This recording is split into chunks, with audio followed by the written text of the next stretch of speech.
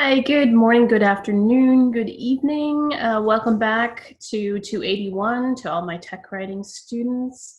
I want to share with you a quick update in our family and hope you all are doing well as well.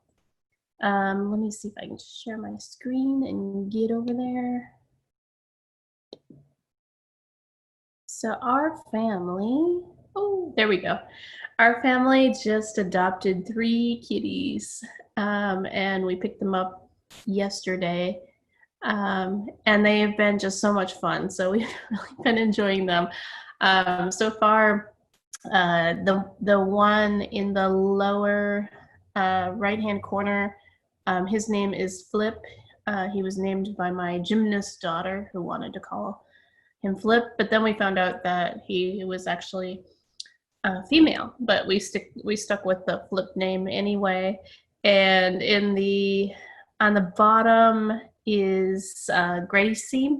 That was the name she came with, and I think we'll probably keep that name. And the one on the top, sort of top middle, looking at us, that is Stacy right now, but maybe Ginger. So I'll keep updating you as I find out more. But they've been so much fun. We've had a blast with them. Not much sleep, but a blast. It's been fun. So this week, I stop sharing for just a second. Okay. So this week we are focused in on a lot of different introductory chapters, but specifically we have gone through learning about a little bit about what technical communication is, to then learning about audience and readers and reader profile. And today we're going to go into teamwork itself a bit more. Let me try to share again. And third time's a charm, I'm sure of it. Okay, we saw my kitties. There we go. Working in teams. Perfect.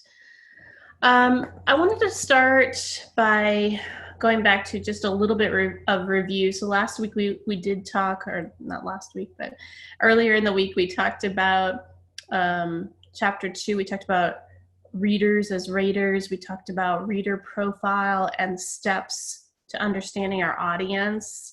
First, identifying them, the primary, secondary, tertiary gatekeepers.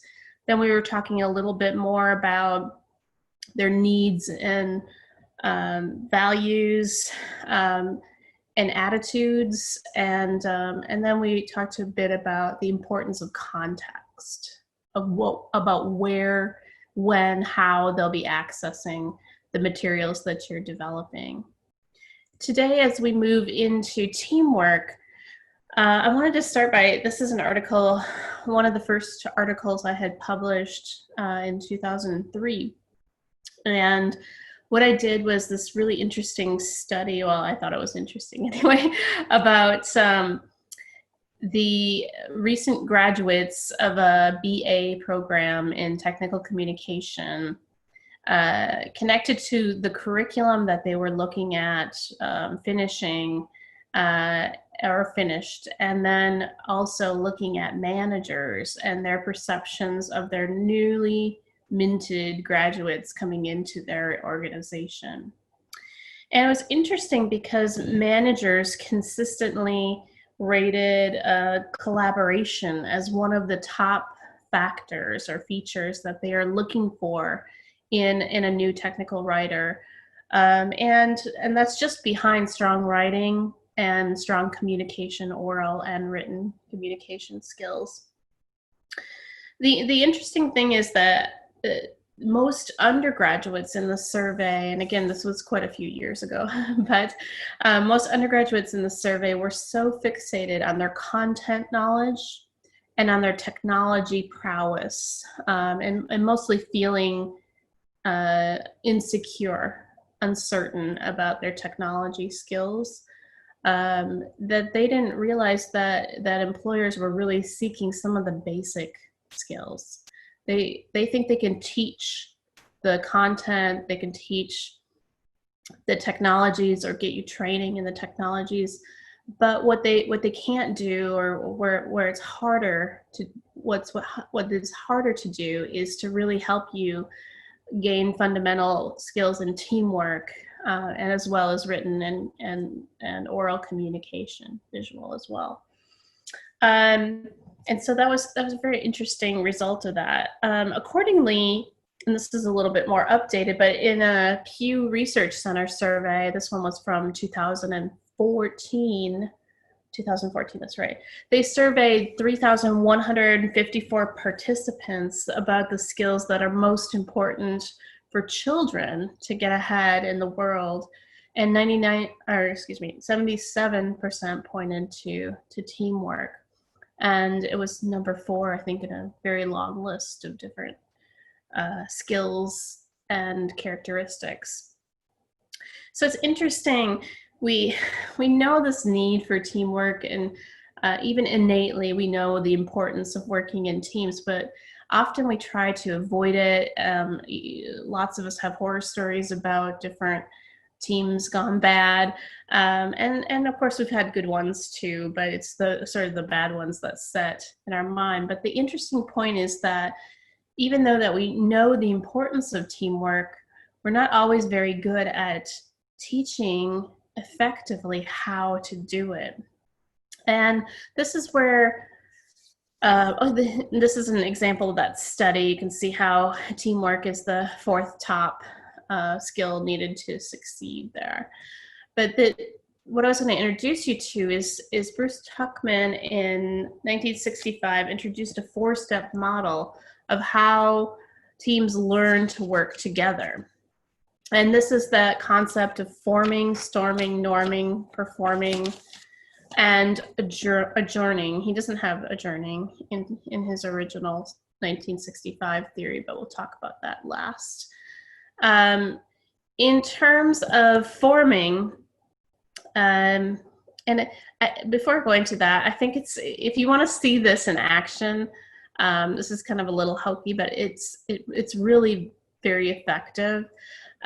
You can go ahead and you might not be able to click in the final video, I'm not sure, but just in case, I provided the URL down here. It's Tuckman, LOTR, Lord of the Rings. This is a really great video. It's just a little over 4 minutes, but it takes you through different stages. In the Fellowship of the Rings, it takes you through different stages and shows you and talks to you about what's going on. And it hits the storming part and talks through that.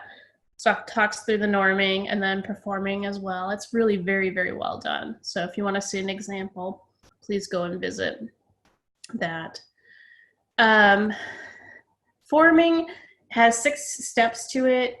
Basically, you are defining the mission and purpose. You are thinking about the objectives, the calendaring, the scheduling. You need to really carefully define the subject that you are being asked to develop something for. What do they want to accomplish? What are the boundaries? What's the scope of the project? What's not involved in the project as well. In terms of purpose, we're looking at what the mission statement is, what the mission is, and why. Really good example of that in your textbook on page 50, if you want to see a great mission statement listed there. And then what are those results? What are those outcomes? Is it a brochure or something, what we would call sometimes a deliverable, something to be delivered to a particular client? But what exactly is that? What about our readers? What about the context? Those are all things that are important in that first step of the project. Then we identify the outcomes. They should be measurable team outcomes.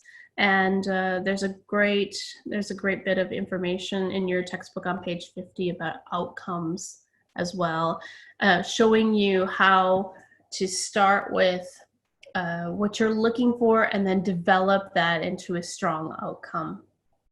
Now, the third step in strategic planning in the forming stage is defining those team responsibilities, roles and responsibilities.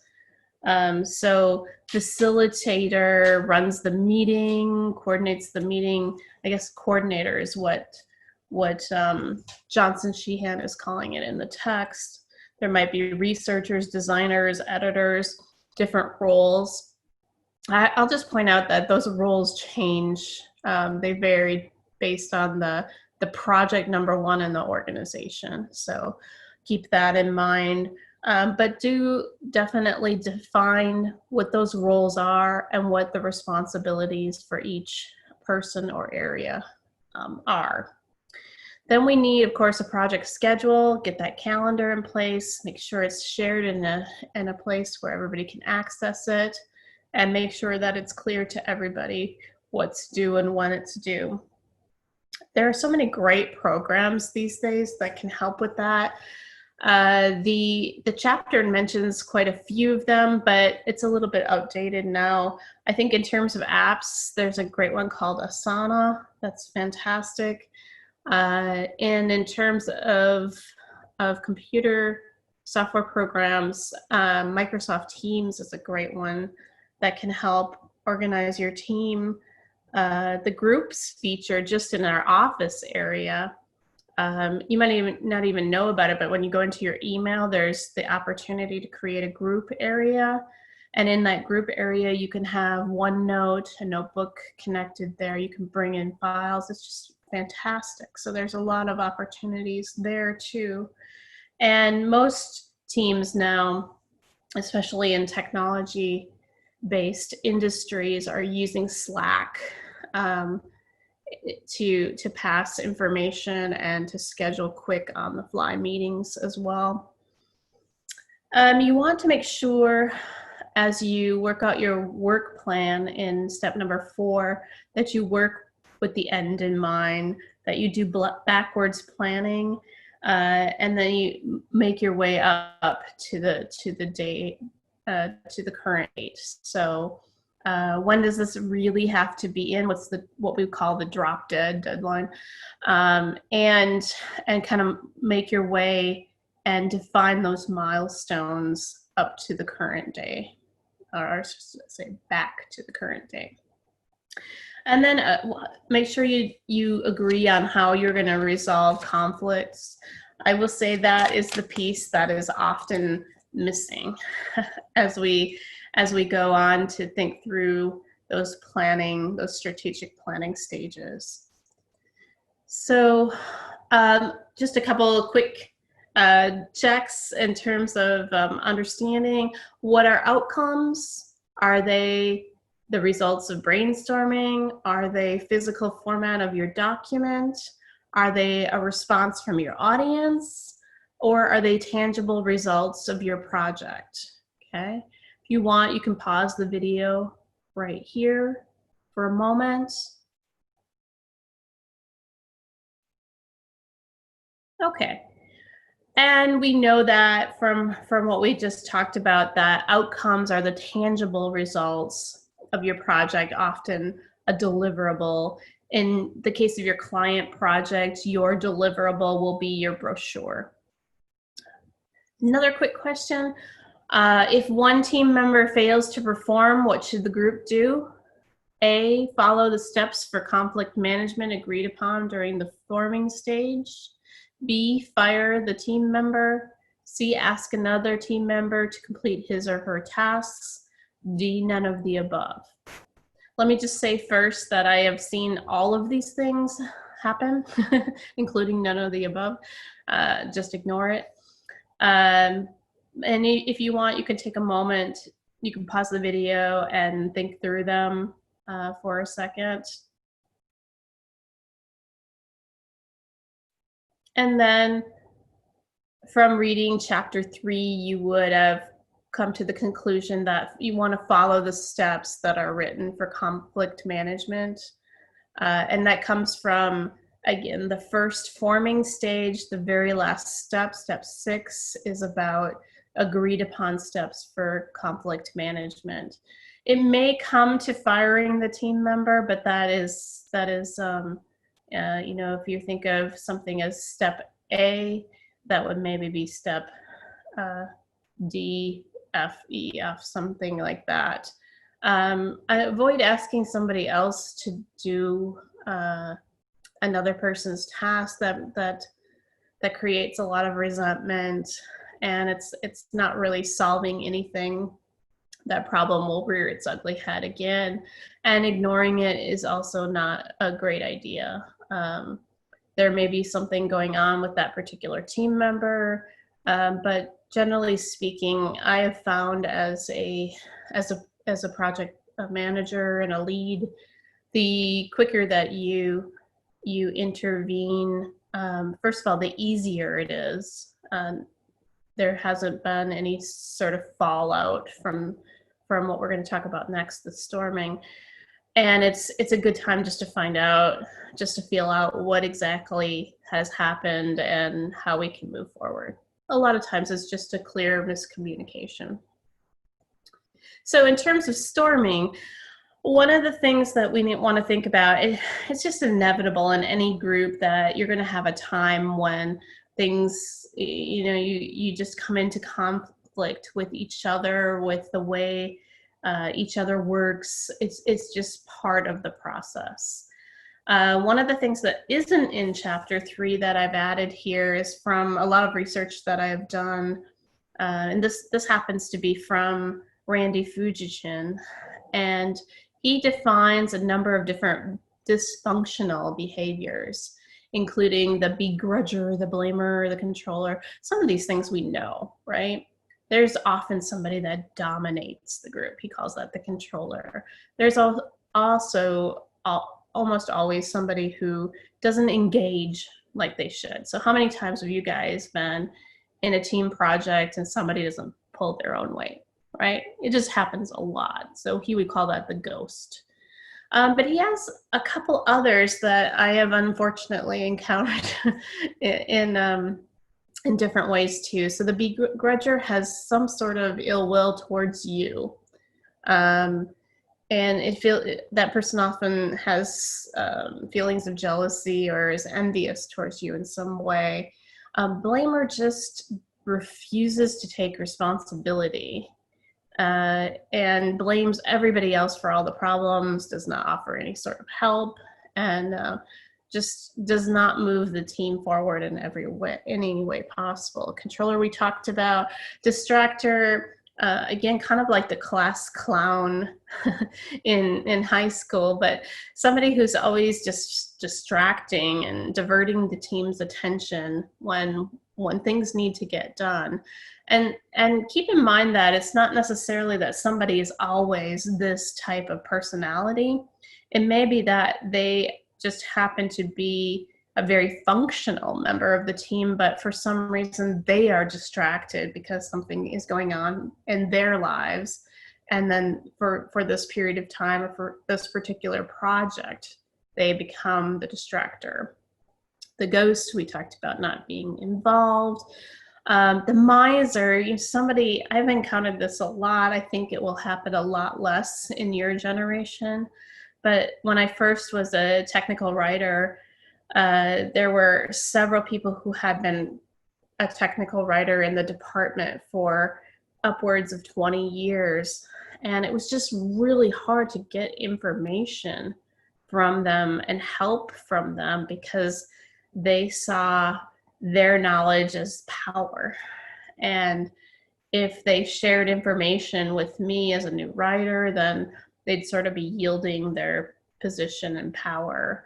And so that was something I had to overcome as well.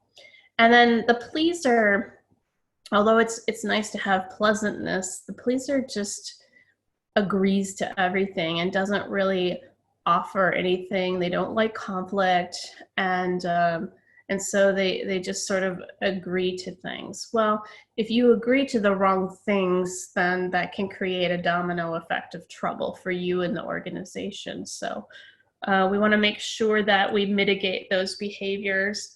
I'm not going to go through all of these, but you could stop the video here if you want to, but each one of these, and I've just listed 4 here, have a level 1 and a level 2 sort of staged format where you can look at trying different techniques to overcome that particular dysfunctional behavior. And this was just something I found extremely helpful for me as a new technical writer out in the workforce. Like I said, I worked for environmental organizations. I worked for international banking organizations, and just encountered a few of these people here and there. And so this helps a lot. It helps a lot. So norming, okay, so we get through that storming stage, we sort of mitigate all of the dysfunctional behavior, and and then we finally we finally just accept people for who they are, you know, we start to you know, to really understand each other and move forward with the project the way it should have, and then actually get things done or go to the performing stage. Additionally, in 1977, a researcher named Marianne Jensen introduced a 5th stage to the Tuckman theory, and this stage is called adjourning, or how a group wraps up its work and moves forward after the project. And so that is the 5th form or stage of teaming. We're at the end here, but I wanted to say a few more things. I think some of the concepts that they have, and I'm going to stop sharing my screen here and just speak to you. There are a few concepts in chapter 3 that I think are worth highlighting as well. And those are to make sure that one thinks about voting or choosing who the facilitator is, setting an agenda. If you want to see what one looks like, there's an example in chapter 3. I can show you half a dozen as well. I led a committee, I've led several committees, and can show you what an agenda looks like. Each of the items should have time frames. So at the end of each item on my agenda, I usually have a bracket and a number of minutes.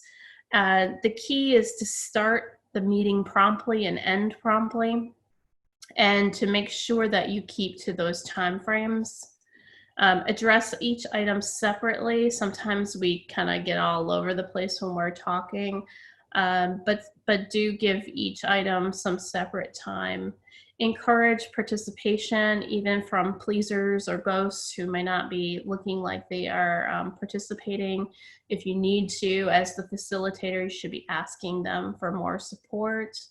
Allow dissent. And I think this is sometimes hard for me as a Midwesterner. You know, I lived in Minnesota for years, and we like Minnesota nice. You know, we don't like. You know, I tend to be a pleaser, and it's a problem sometimes. But we don't always like conflict. We want to be able to move forward, but by hearing other opinions, we can get a sense of what our end user, or what the person using the brochure that you're developing for a project, or whatever it is that you happen to do when you leave UT. It's nice to get other opinions and to think about them thoroughly. You want to avoid situations of groupthink and get out of your echo chamber as much as possible. You reach your consensus on anything, just move on. You know, have your vote and move on. You might not get everybody, and that's okay. Okay. Record the decisions. Make sure you have meeting minutes that you keep. You think you'll remember everything, you don't. Okay, so make sure that you keep record of all those decisions, and make sure that somewhere you're being forward thinking. You know, you're looking ahead, and I would say, in addition to all of these, make sure that you acknowledge the work that's being done on the team. make sure everybody feels acknowledged and praised for the work that they are doing. Let's see, what else did I want to say? Those were the big things that, at the end of the chapter, it talks about quality management. I think that's a whole new area. TCQ was the area that it brought up, having metrics, specific metrics to hit in terms of data analysis and measuring performance in terms of client satisfaction, return on investment, and quality improvement. A number of different organizations and theories have emerged since then, including Sigma 6. That's probably one of the most popular right now. But quality management is kind of now an industry or a discipline almost on its own. And I can't say enough about how important quality checks are. Overall, the key to good teaming is good, effective planning and good, effective communication. So plan, and communicate. Even when it sounds redundant, keep communicating. So with that, I will let you go. Hope you have a wonderful day, and until we meet again in chapter 4.